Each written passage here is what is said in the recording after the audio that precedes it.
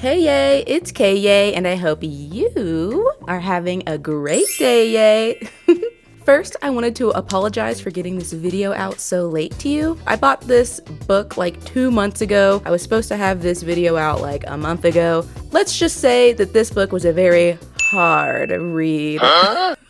But for real though, this book did take me forever to read, and it's only like 200 pages long. The book in question is this right here. It's called Pounded by Produce, and it is the sexy VeggieTales book you didn't know existed. Did it need to exist? I'm not sure, but it's here and I read it. Now let me tell you about what my eyes are unable to unsee. So before we get into the produce pounding, stupid. Let me preface this by saying Bob the tomato and Larry the cucumber, pictured here and here, both of their names have been changed in the book to Rob and Laurent, but for simplicity's sake, I'll just be calling them as God intended, and we'll be calling them Bob and Larry. Oh, also, Bob and Larry are both priests, not vegetables yet, but we'll get to that. The book opens with our female protagonist, Emily. She just got out of a pretty bad relationship, and so she's staying with her uncle while she looks for a new place to work and live. While looking through the newspaper, she sees a help wanted ad for a live-in cook on a parish. What is a parish? In a Christian church, a small administrative district typically having its own church and priest, a pastor. Okay, so that's what a parish is apparently. A few moments later. Now, Emily is not religious in the slightest, but she's feeling some supernatural pull to take this job, and so she calls the number. This would be a good time for me to mention that not only are we blessed with Emily's point of view, we also get the point of view of Larry and Bob as well. That being said, we're now switching over to Bob's POV to see what he's like. The scene opens up with Bob napping underneath a canopy of trees in the grass. The new cook hasn't arrived yet. She'll be here tomorrow, so for now he's got to fend for himself. He prepares to get up when Larry walks up to him. "Have you seen my hairbrush?" Larry yells across the field from the back kitchen door. I whip my attention to him as he runs towards me, all legs and arms flailing behind his tall form. I shake my head when he's still several paces away. He sulks, looking up at the clouds and screaming, "Oh, where is my hairbrush?" And if you don't know, this is a reference to the Hairbrush song, a part of the show where Larry would sing a song. It's called Silly Songs with Larry. Where is my hairbrush? Oh, where is my hairbrush? So there's a couple of these direct VeggieTale references in the book just to solidify that we are indeed talking about VeggieTales. After Bob reveals that he in fact has not seen Larry's hairbrush, Larry sits down next to him. And this is when I start to sniff something very unpriestly in the air. And this is why. Larry quiets next to me, and his hand rubs against mine, lazily brushing tender touches against my fingers. I must be so exhausted from being out in the sun and so at peace now that I don't register it as an intimate touch. Instead, leaning into it, splaying out my hand for his fingers to dance across my flesh. My mind wanders as if about to drift off into a dream. Larry and I have been best friends since seminary school. We've never been afraid to touch each other in a friendly manner, rubbing shoulders, fake sincere kisses on the head, arms intertwined, normal bloke exchanges. I can't deny the zap of electricity that zips through me every time his skin meets mine. But I attribute this sensation to the lack of physical touch in my 15 years as a priest, and even more before that. God knows my parents never offered me affection, and I never enjoyed my romantic relationships with women. However fleeting they may have been, making the decision to become a priest, to flee a life of disparity and sin, an easy choice. So at this point, I'm like, gay? But perhaps it's as Bob says, and it's just because he hasn't had physical touch in about 15 years. So I keep on reading until I read this on the very next page. We found ourselves in precarious situations more than once. We've never talked about it out loud, but now, lying in the grass and letting my mind drift to wherever it chooses to land, I can't help but think about one of those nights when it was dark and quiet, but the air was thick with something you can't name. My mind raced with images of mouths on skin, the sound of thrusting in and out of dark and delicious places. My hand found its way around my throbbing trying my best to be quiet as I rubbed myself desperately. Larry was always a light sleeper, and when I heard rustling coming from his bed, only a few feet away from mine, I couldn't help but divert my gaze to him, staring back at me, eyes dark and intent, and his hand hid under his blankets, moving up and down. His lips parted, and his soft moans escaped him. I should have stopped then, apologized, confessed my sins to the priest, and requested we separate as roommates, but I didn't. I didn't stop. I kept my eyes locked with his, myself until we both finished and closed our eyes around the euphoria, never opening them again until morning. It only happened a handful of times. So, yeah, I would say these two are very much in gay with one another. And there's nothing wrong with that. But if you're feeling this way towards your fellow priest, perhaps priesthood is not the job for you. Just saying, just saying. Stop it. Get some help. So anyway, after Bob's very lust-filled daydream, he snaps out of it, and then he and Larry just talk about the new cook that's coming tomorrow. They hope she's at least decent. So back to Emily. She cannot believe she's landed this job, especially over the phone. But when she gets there, the parish is absolutely stunning. It's quaint, quiet, extremely remote. And the first person she meets when she gets there is this little old lady named Gail. Now, I'm not sure if there's a Gail equivalent in the VeggieTales multiverse, but in this universe, she is the parish administrator. Gail gives Emily the tour around the place, showing her the chapel, the kitchen where she'll be working, her bedroom, and then the very last place she shows is the priest's office, and this is where she meets Bob and Larry. And these two are apparently incredibly sexy because this is what she thinks when she first meets them. Me, I knew there would be priests, but hot priests? What kind of rom-com is this? That night, Emily has a bizarre dream where she's praying on her knees, asking God to fill the hole inside of her. Wow. When suddenly Bob and Larry appear. They're more than happy to help fill her hole, and she is very into this. She goes to unzip Larry's pants, but what she pulls out is not what she expects and is actually a cucumber.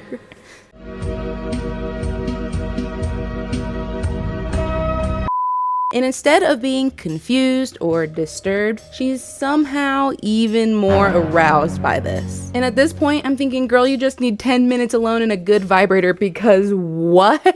Anyway, she wakes up from her dream and she thinks that maybe the dream was a sign that her brain was telling her she needs refreshment. So she heads to the kitchen for a late night snack.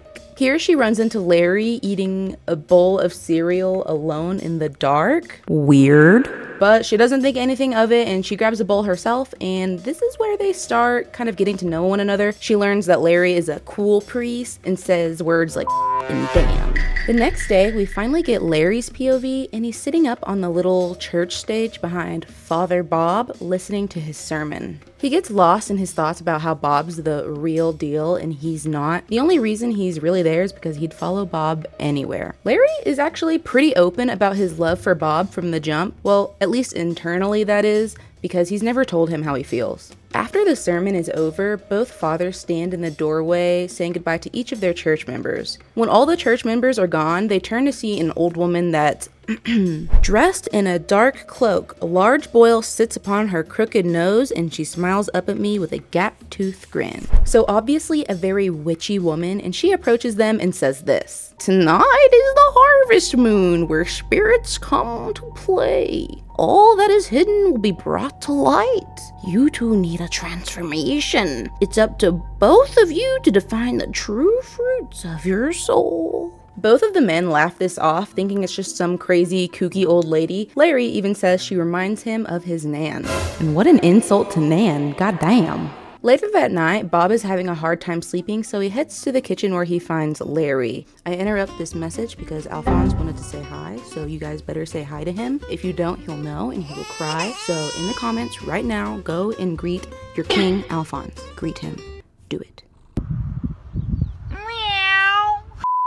Here, the two get a little loosey-goosey and drink some leftover communion wine. So they drink this wine, get a little silly, and when they wake up in the morning, suddenly they're in the garden and they can't move or speak, saying or thinking, quote, "I try to push up, but I'm stuck, my body frozen. What kind of wine was that? I didn't think I was that drunk last night, but I'm completely incapacitated. I start to panic, trying with all my might to move as the ground shakes more violently. I tell myself to breathe, but it's no use. Something moves above me, stealing the oxygen from my lungs. It's a hand, a giant hand, reaching down for me. It's not until the fingertips grip my skin that I realize it. The giant isn't grabbing my skin at all. No, I don't have normal flesh anymore. My body is hard and firm. Oh my God, am I dead? Is my body already experiencing rigor mortis and now I'm trapped in a lifeless corpse? Maybe this giant is a god, taking me to the afterlife. But then she brings me to her face, and I make it out. It's a god, all right. It's Emily. Her deep brown eyes suck me in. Even as I panic, I can't help getting lost in them. She examines me, licking her lips. I almost don't care to dissect what the is going on, too mesmerized by her intoxicating features, until I catch my reflection in her eyes. She's not holding a tiny version of me. No, she's holding a cucumber. A cucumber! I'm a cucumber! It's almost too ridiculous to be a dream, but it has to be, because what the So yeah, Larry has officially turned into a cucumber. And while he's experiencing this, he looks over to see that in Emily's other hand is a tomato, and he instantly knows it's Bob. He can feel it in his soul that it is Bob. Emily takes the produce she's just picked, including our 2 gay priests, and brings them to the kitchen to cut them up and start making lunch. She picks up Larry to cut him up next, and this is what he has to say about it. Emily's about to have her plump lips around me, except instead of my as I've dreamed about, it'll be my entire body snapped under her molars. Maybe Robert was right. Maybe God is punishing us. Who knew he was such a sinister To my relief, Emily places the knife down next to the basket before grabbing Robert and me in each of her hands. She brings us to her face, examining us closely. Her fingers gently dance around my body. I should be freaking out, but her touch sends a shiver through my cucumber frame. Not actually. I can't move, but internally, I feel hot and bothered. Her lips part, her breath heavies, and her eyelids droop. She brings me to her lips. Fear doesn't take hold of me like it did when she held the knife. I don't care if she takes a giant bite out of me. God, do I want to be in her mouth, to feel her lips on my green skin. Maybe God isn't sinister. Maybe he's giving me exactly what I want, except as a cucumber. Weird, but God is known for doing some weird He did make a donkey talk to teach some poor chap a lesson. Oh my God. Emily whispers, her lips almost touching me. Yes, I think to myself, thank you, God. It's been years since I've had a woman's mouth on me, and I'll take it. Even as a cucumber, I'm not a priest anymore. Not even a man. She can use me however she sees fit. Our man's Larry is down horrendous, down diabolical, down atrocious. Maz is down nasty. But Emily actually decides not to cut him up. Not only that, but she looks at this cucumber and tomato, and she's instantly filled with this unexplainable lust for these 2 sexy vegetables. She thinks, maybe I just need some release. And so she takes the 2 into her bedroom for some alone time. At this point, I'm thinking, okay, well, we all obviously know what she's gonna do with the cucumber, but where are you gonna put the tomato? What's the tomato for? But don't you worry, you curious cats, I'm gonna tell you. And to be honest, the answer isn't as creative as I thought it should be, personally. So Emily's in her room. She sends a quick prayer to Daddy Jesus, apologizing for what she's about to do in his, quote, house or whatever. But she can't stop thinking about these priests, and something about these vegetables are getting her so hot and bothered. Then she undresses, climbs into bed with her veggie pals, and starts strumming her guitar, if you catch my drift.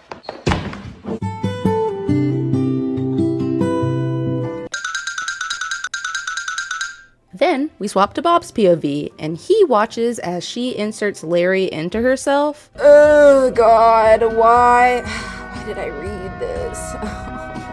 And then Emily places Bob right on top of her. Creative word for devil's doorbell. and starts rubbing them up and down, in and out, you know, all the motions included in climbing the stairway to heaven. Larry and Bob are feeling good, really good. And this is apparent because what comes next is one of the most unhinged lines in the entire book. Quote, "It all becomes too much. There's a pop and wetness around me. I burst. A small hole opens at the bottom of me, and my literal seed drips onto Emily's skin. This can't be good. I just exploded, but it almost feels like release. Like a strange version of tomato.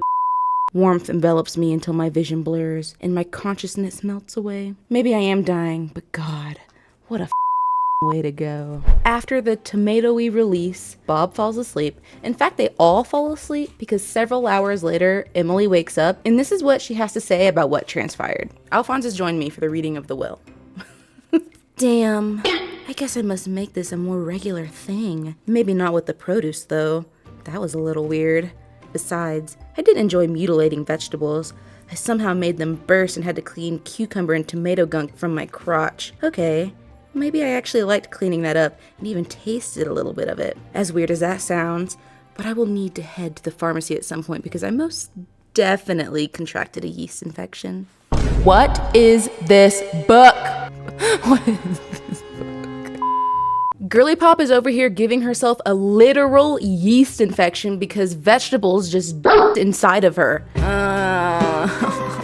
She gets up because she realizes it's pretty close to dinner time, and when she does, she sees the two men curled up like dogs sleeping at the end of her bed. She wakes them up because, like, what the are you doing in my room? And Larry's like, "Oh my God, I had a dream I was a cucumber." And Bob's like, "Oh my God, I had a dream I was a tomato. That's crazy." That's crazy.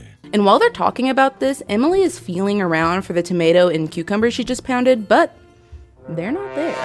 After some confusion and some back and forth, they come to the conclusion that what they thought was a dream was in fact reality, and they did indeed turn into vegetables. Emily admits that she felt something supernatural about the vegetables, saying that she was compelled to use them. And now that she's fully convinced that both Bob and Larry turned into the vegetables she just used, she starts to panic and apologize profusely because what she just did technically was done without consent. But Larry brushes it off and he's like, "It's cool. I had a great time and I didn't break any rules because I was a cucumber and not a priest." And then he's like, "Maybe God ordained this." But Bob, who's the more strict one out of the two, says he also had a good time, but he needs to pray to the big man upstairs before he makes any decisions about what should happen going forward. After this, Bob retreats to the confessional in the chapel to think. He's alone for a little bit, but shortly after, Larry joins him on the other side. You guys know confessional, right? Right here. There's like a small partition between the two people, you know? Forgive me, Father, for I've sinned. They talk for a little bit about how confusing everything is, but also about how good it felt. And then suddenly, and without warning, the conversation gets very sensual. And they start talking about their snake charming habit. This turns into them yanking their chains simultaneously until they spill milk all over the confessional. If you catch my drift. This really freaks Bob out because he's never come this close to realizing how he feels about Larry, and he's especially never come this close to being pleasured by him, even though they were both through a wall and doing the pleasuring themselves. So he runs out of the booth, leaving Larry to clean up their mess. A day passes and our trio really hasn't spoken to one another since the incident, and so Emily prepares dinner for the three of them, not including Gail because Gail is out of town for the week. And when they're all seated, she tells them that they need to have a talk. Was what happened a God thing? Will it happen again? What should she do if it happens again? But before they get to the bottom of any of these questions, poof, suddenly they're vegetables once more. This time though, to my surprise, Emily doesn't use them to fill any of her holes. She simply sets them on her nightstand and goes to sleep. In the morning, she wakes up and the men have returned to their normal forms. This time though, Bob of all people concedes first and says that if it happens again, Emily should do what she pleases with them because, quote, "My point is, the thing between the three of us, emotions. It's stronger than anything I've ever felt. It almost feels like the pull I felt from God when I joined the seminary school. Maybe this is a gift. I'm not sure why he chose to turn us into vegetables, but if I'm a tomato, I'm not a man of God. I'm just a veggie. And veggies can't sin. Also, side note, something about a grown man saying the word veggie is giving me the ick. You are a priest of 15 years, a distinguished gentleman, and you're saying the word veggie? Something about that is not doing it for me. Ew. Ick. They all agree to this, and wouldn't you know it, they all suddenly turn into vegetables again. This time, however, we get Larry's POV, and it's around this point where I start losing all faith in humanity because I read another absolutely insidious paragraph. Allow me to enlighten you. Emily wraps her fingers around me again. A shiver runs through my entire body when she touches my green flesh. She brings me to her line of vision, studying me curiously. I felt something, she whispers in disbelief. Can it be possible? Could I have willed myself to move? I try again, exerting all my focus on making my body shake. I vibrate against her hand. Oh my God, she gasps. Her breath hitches, and she worms her legs around the other. Robert must sense what I've just been able to do because she grabs him in her other hand and says, "You can vibrate too?" Sorry, boys, this isn't going to last long. She should know we're in control of this movement. We want her to come hard and fast. The way my brain turned into soup and slipped out of my ear when I read this should be studied. Because what do you mean they can vibrate? I was like kind of on board when they were just vegetables because they can't talk, they can't move, they are vegetables. But now they can will themselves to vibrate? So now, instead of just playing guitar, Emily is playing electric guitar thanks to her two pulsating pals. She finishes and Larry bursts inside of her, spilling his cucumbery seed. But he's starting to feel like this isn't enough. He wants this, but as a man, not as a cucumber. After the guys turn back into priests, they go and do their sermon for the day. However, it doesn't go well because they're just so incredibly distracted by what they've been up to in their free time. Today is the worst day for this to happen because the bishop, who's their boss, I guess, I don't know how priests work, I don't know. But the bishop is in the audience of the sermon and he watches them fumble. Round one, fight!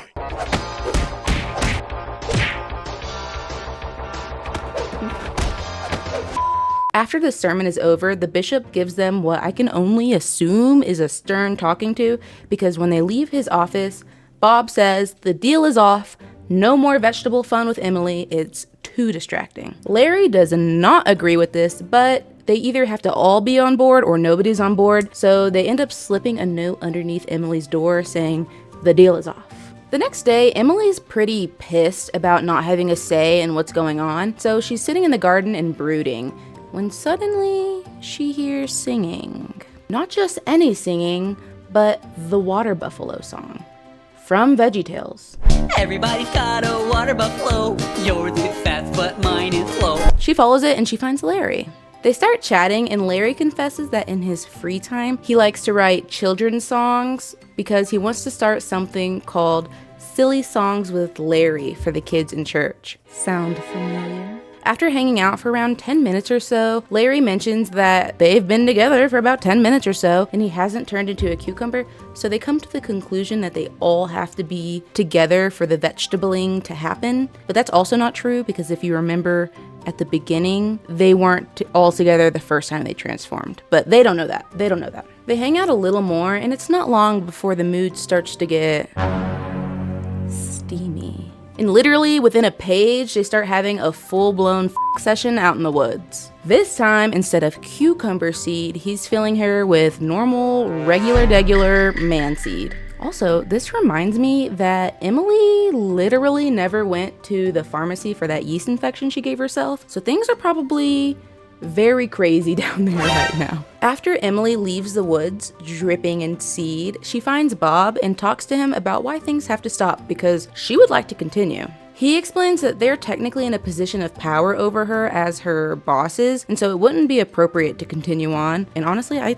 agree with that. So good on you, Bob, for 2 seconds. Because immediately after this, he pulls her head in and forcefully makes out with her. So the morals are everywhere. Later that night, Emily's actually the one that can't sleep now. And so she decides to take a walk and ends up wandering into the chapel. And side note, walking into a chapel in the middle of the night in pitch darkness is top 3 creepiest things I could think of. But whatever, queen, pop off. She wanders into the confessional and decides to try having a talk with God. It works for other people, so maybe it'll work for her. She starts talking about how confused she is and how she doesn't know what to do about the priest, but little does she know that Bob is actually in there, because he likes to think in there, remember? He hears what she has to say and actually ends up responding to her, and then somehow, some way, this turns into a confessional blowy situation. And after Emily swallows her daily dose of man protein, Bob does what Bob does best, and he skitters away. And to be honest, this is cool and all, but they haven't been vegetables in a while at this point, and the book is called Pounded by Produce, not Pounded by Priests. And I low-key liked it a little better when I was reading about brain soup tomato seed. If I wanted to read about priests being inappropriate towards someone that's younger than them, I would read the Daily Mail. Oh my god. Jesus. Dark joke. But anywho, the next day, Emily decides it's time for them to all eat together again, because apparently she's just been sliding their meals underneath their doors while they wallow in self-pity or whatever. So she calls that dinner is ready and she sets the table. While they eat, Larry lets it be known that he and Emily have had sex, and at the same time, Bob lets it be known that Emily had given him a blowy. Neither of them are jealous about this, but instead turned on. So of course, the only thing to do now is for Larry to bend Emily over the table while Bob watches and churns his butter, if you know what I mean. Is not even the dinner table sacred anymore? The dinner table is a sacred place, damn it. It's sacred. And so that is exactly what happens. And while this weird, cucky threesome is going on, Gail, remember her, returns home from her trip early and walks in on the 3 of them. So it's safe to say that these 2 men are very much fired. Yes, very, very much fired. So after the bishop leaves the office after firing them, Larry confesses his love to Bob. And also Bob wants to run away and become a monk on a mountain now or something. I don't know, but that's what he wants. And while he's confessing, he states that not only is he in love with Bob, but he's also in love with Emily too, saying, quote, "You don't understand. It's not just you, it's her too." What do you mean? These feelings. I know I haven't known her long, but I want her. I had a crazy thought that maybe taking her in that confessional booth would cure. I'd get my reprieve and be done with her, just like the other women I'd been with in my past. But that didn't happen. She swallowed my and looked at me, and I just wanted more. Not just sex, but all of her. It was like the way I've always felt for you. Like she sees me for what I truly am and welcomes me anyway. And honestly, after reading this, I was pissed. Because what do you mean your love of 15 years to this man compares to you knowing this woman for 1 week, and now you love both of these people equally? I would be offended and insulted. Is her made of miracles? What? I don't get it. I'd be pissed. Pissed. Hello? Hello? I'm jealous of you. But anyway, this is a smut book made for women, so Larry realizes he feels the same way, and the 2 start sword fighting. Right there in the office that they both just got fired in. And Larry ends up saying some very gay such as, quote, "I want you to come all over me," I whisper into his ear. "I want to mix our seed together until we're one. I want to drink it." I read this book twice for you, 2 times. You see these notes? I did this for you. So while these 2 are visiting the milkman, Emily is taking a walk alone in the woods where she sees the witch. Remember her? Did you forget that she was in it? Because I forgot, but here she is. She's back. The witch explains that the two turn into vegetables when one of them is unsure about the relationship, aka Bob, because he's the one that's been on the fence this whole time. But as long as they're being true to themselves, then it should never happen again. Emily asks why she doesn't turn into the vegetables, and the witch's response is literally like, I don't know, the cosmos didn't deem it necessary. I don't know. Later, Bob properly confesses his love to both Larry and Emily. Larry and Emily do the same, and it's just, I love you, I love you, I love you, I love you, I love you. And it's just a very big, mushy, sweet love puddle. Now we fast forward 5 months, and we are greeted with the scene of them all just filling each other's holes and living on a cucumber and tomato farm where they all live happily ever after. The end. It's also crazy to me that it's specifically a cucumber and tomato farm and not just a farm. So that's the book. Did you like that? I have read this book twice, 2 times, making this video for you. My brain is swift. If I tilt my head, it will slip out of my ears and I need to bleach my eyes. I don't know exactly what I expected when I decided to read a sexy smut VeggieTales book, but now I know, and so do you. Thank you so much for watching this, especially if you somehow managed to make it to the end. Oh my god, thank you. If you like this video, please make sure to like this video. Please. Please. Please make sure to like this video, and also please subscribe. I'd love to see you back with my next video. Until then, I am going to go contemplate my life choices and maybe eat a Hot Pocket, and I will see you later. Bye.